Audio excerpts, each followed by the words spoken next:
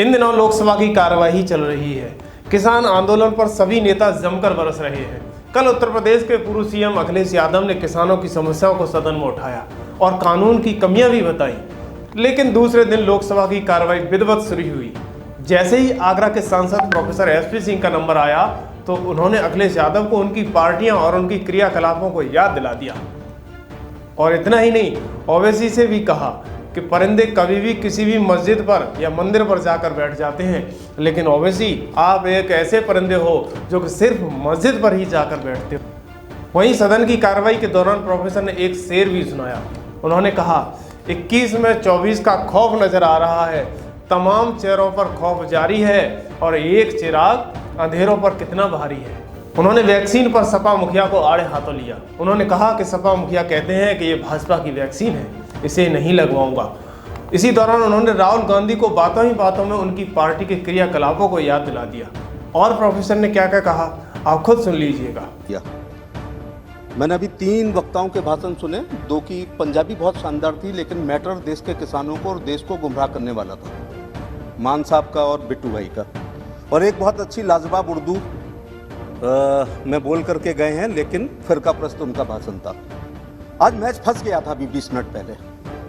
जब बिट्टू भाई बोल रहे थे तो अनुराग ठाकुर ने पूछा, उन्होंने कहा कि देश की मंडियों पर यह कानून लागू हो जाएगा।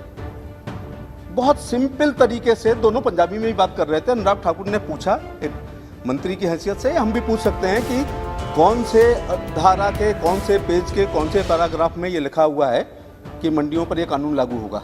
सिंपल सवाल, और वो कोई जवाब नहीं दे पाए। फंस गया मैच। और इसी समय पूरा देश देख रहा था, विपक्ष और पक्ष का आज मैच फंसा हुआ था कि ये जो 2 महीने से हो रहा है, आज जवाब आएगा।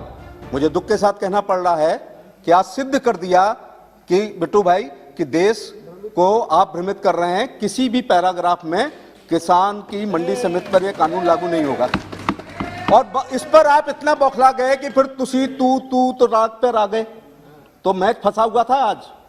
और जैसे वो होता ना, क्रीज में आए या नहीं आए, 10 बार दिखाया जाता है। ऐसे ही देश देख रहा था, जिस सभापति महोदय ऐसे ही देश देख रहा था। लेकिन आज कांग्रेस और इनके सहयोगी और बिट्टू भाई पूरी तरह आउट हो गए अनुराग ठाकुर की गुगली पर। वो मोहतरम उर्दू में बहुत अच्छा बोल करके गए। उनके अब्बा हुजूर के साथ में 3 बार एमपी रहा हूं। आज मुझे लग रहा है कि उनकी पढ़ाई पर ऑक्सफोर्ड और हार्वर्ड में किया गया पूरा पैसा बेकार चला गया। जमहूरियत जमहूरियत जमहूरियत, अकलियत अकलियत अकलियत, आइन आइन आइन, जिन्ने लाही जिले लाही जिले लाही। मैं कंडेम कर रहा हूं। जो जमहूरियत की बात कर रहे हैं वो वहां पर बैठे हुए हैं जिन्होंने इमरजेंसी लगाई। वो आइन की बात वो कर रहे हैं जिन्होंने आपातकाल में और ऐसे ऐसे अपने पक्ष में संविधान संशोधन कर रहे हैं वोटों के खातिर। और वो अकलियत की बात कर रहे हैं। हाशिमपुरा और मलियाना में जब पुलिस में मेरठ में था, मैंने देखा है। तुमने तो जलते हुए मकानों की कहानी ही सुनी, मेरी इन आंखों ने जलते हुए इंसानों को देखा है। वो वहां पर बैठे हैं और अकलियत की बात कर रहे हैं। इतना खराब फिरका प्रस्त भाषण मैंने कभी नहीं सुना, इतना हार्वर्ड में पढ़ने वाले का। हिंदू और मुस्लिम के एहसासात को मत छेड़िए। दफन है जो बात, उस बात को मत छेड़िए। गलतियां बाबर की थी, जुम्मन का घर फिर क्यों जले। ऐसे नाजुक वक्त में हालात को मत छेड़िए। और छेड़ना है तो छेड़िए मिलजुल कर एक जंग गरीबी के खिलाफ। दोस्त मेरे, मजहबी लगमात को मत छोड़िए। लेकिन मेरे मित्र ओवैसी जब खड़े होते हैं तो केवल फिरका परस्त बातें और हमेशा धार्मिक बातें इस प्रकार के करते हैं। आप जिले लाही जिले लाही जिले लाही कर रहे हैं। अरे भैया, उर्दू है लेकिन इसका अर्थ होता है बादशाह। देश की आजादी के बाद जब बाबा साहब भीमराव अम्बेडकर अपने साथियों के साथ आइन लिख रहे थे तो उन्होंने बेगमों की नसबंदी कर दी। कोई नहीं पैदा होगा नवाब, और ना रानी के पेट से राजा पैदा होगा।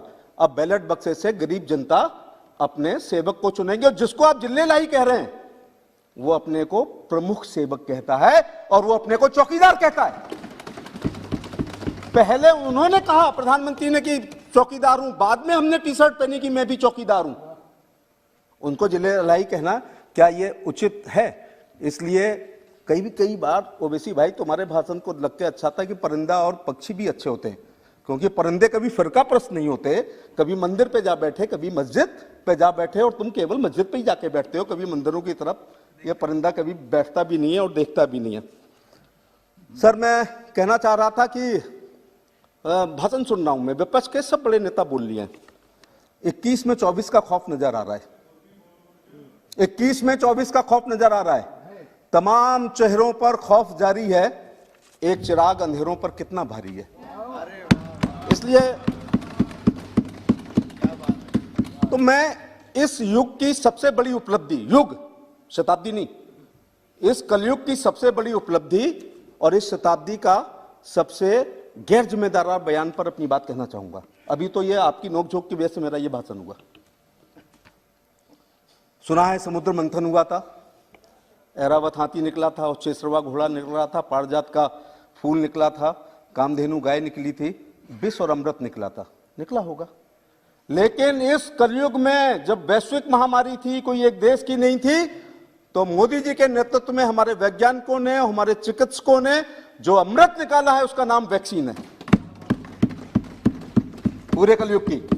लेकिन हमारे मित्र उत्तर प्रदेश के भूतपूर्व मुख्यमंत्री, जिम्मेदार व्यक्ति का इस शताब्दी का सबसे गैर जिम्मेदाराना बयान है, उन्होंने कहा ये भाजपा ही वैक्सीन है, मैं नहीं लगवाऊंगा। अच्छा, डर वाजिब है। अगर ये भाजपा ही वैक्सीन है जैसा उन्होंने कहा, तो अगर वो ये लगवा देंगे तो अंत्योदय और एकात्म मानववाद की बात न करने लगे। अगर उन्होंने ये वैक्सीन लगवा ली तो एक प्रधान, एक विधान, एक संविधान की बात न करने लगे। अगर वैक्सीन लग गई और ये भाजपा ही है तो 370 और 35A पे कहीं समर्थन ना कर दे, CAA की वकालत ना करने लगे, और जो प्रधानमंत्री और गृह मंत्री जी ने 3 तलाक समाप्त किया है, कहीं 3 तलाक के पक्ष में ना वैक्सीन के बाद बोलने लगे। अल्पसंख्यकों की तुष्टीकरण ना कहीं समाप्त कर दें, जाति राजनीति कहीं समाप्त ना कर दें। और मुझे तो लगता है कि इसी लोकसभा में वैक्सीन के बाद जब पहली बार आएंगे तो जय श्री राम का नारे से अपना भाषण ना शुरू कर दें। और उससे भी ज्यादा उनको डर लग रहा है कि रामलला के मंदिर का कहीं चेक ना वो काट दें, इसलिए वो इस वैक्सीन को लगाने से मना कर रहे हैं। लेकिन मैं गंभीरता के साथ एक बात कह रहा हूं, बागल जी प्लीज अभी तो शुरू किया सर, तो अभी तो शुरुआत है सर। तो मैं ये कहना चाह रहा था, no more than 20 speakers are more than 20। Leader lead करता है, उनकी भी फॉलोइंग है, उनके कपड़ों की नकल होती है, वो काली जैकेट पहनते हैं तो उनके अनुयायी काली जैकेट पहनते हैं। अगर उन्होंने नहीं लगाई तो क्या आप कभी इस लड़ाई को जीत पाएंगे? अगर एक भी बच्चा पोलियो की वैक्सीन नहीं लगाएगा तो ये संक्रमण होता जाएगा। ऐसे एक भी प्रोटोकॉल के अनुसार जिनको लगनी है, अगर इनकी बात लगा लेंगे तो हम ये लड़ाई हार जाएंगे। इसलिए मैं साथियों कहना चाहूंगा, हाँ आपको भी याद कर लूं, मैं जब छोटा था तो एक नारा सुना था, और वो अनुराग भाई नारा मालूम क्या था? 2 शब्दों के एक नारे ने खेल कर दिया, गरीबी हटाओ। इनकी दादी के जमाने में गरीबी तो नहीं हटी, आप मालदार हो गए। गरीबी आप हटा ही नहीं सकते। 5वीं पीढ़ी है राहुल जी की, जो चांदी की चम्मच लेकर के पैदा हुए हैं। मैं मोतीलाल जी का नाम नहीं ले सकता क्योंकि सदन में जवाहरलाल नेहरू, इंदिरा गांधी, राजीव गांधी 5वीं पीढ़ी है, और 5वीं पीढ़ी बर्बाद भी कर देती है, ऐसा भी कहा जाता है। 5वीं पीढ़ी बर्बाद भी कर देती है। तो आपने कहा गरीबी हटाओ। डल्ला पिलो और एसी पे सोने वाले मुंशी प्रेमचंद की पूछ की रात की कहानी को याद कर सकते हैं, कंठस्थ कर सकते हैं, 90% नंबर ला सकते हैं, लेकिन उसके दर्द और मर्म को वही समझ सकता है जिसने पूछ की रात एक चादर में काटी हो। नरेंद्र मोदी उसी परिवार से आते हैं, इसलिए गरीब कल्याणकारी योजनाएं होती हैं। एक शेर सुन लीजिएगा, पंजाब के लोग बड़े शौकीन हैं। गरीबों का बता देना राहुल जी को, गरीबों का लहू तुम्हारी कारों का डीजल है, और गरीबी मिट जाएगी तो तुम क्या रिक्शा चलाओगे? इसलिए ये गरीब लोगों को, अच्छा आपने जब गरीबी नहीं, आपने हुजूर आला जब गरीबी हटा दी, आपने जब गरीबी हटा दी तो ये कौन लोग थे जिन्होंने 8 करोड़ लोगों ने उज्ज्वला के चूल्हे प्रधानमंत्री ने दिए? हमारी दादी नानी को फूकते फूकते चूल्हे में मोतियाबिंद हो गया, अंधी हो गई। आपने गरीबी हटा दी, 8 करोड़ लोग फिर भी गरीब रह गए। आपने गरीबी हटा दी, 41 करोड़ लोग जिन्होंने बैंक की शाखा नहीं देखी थी, राष्ट्रीयकरण बैंकों का आपने किया, लेकिन 41 करोड़ लोग। Yes, I do agree, but And I'm a very junior member. I should also have time. Yes, please conclude, please. मैं सर पढ़ूंगा नहीं, बिल्कुल मैं आपकी आंख में आंख डालकर आज बात करूंगा। तो 8 करोड़ लोग गरीब फिर भी रह गए, जबकि मिसेस गांधी ने गरीबी हटाओ को बात नारा किया। 41 करोड़ लोगों ने बैंकों का राष्ट्रीयकरण आपने किया, लेकिन बैंक की शक्ल आपने देखने नहीं दी। मौत का कोई मुआवजा नहीं होता है।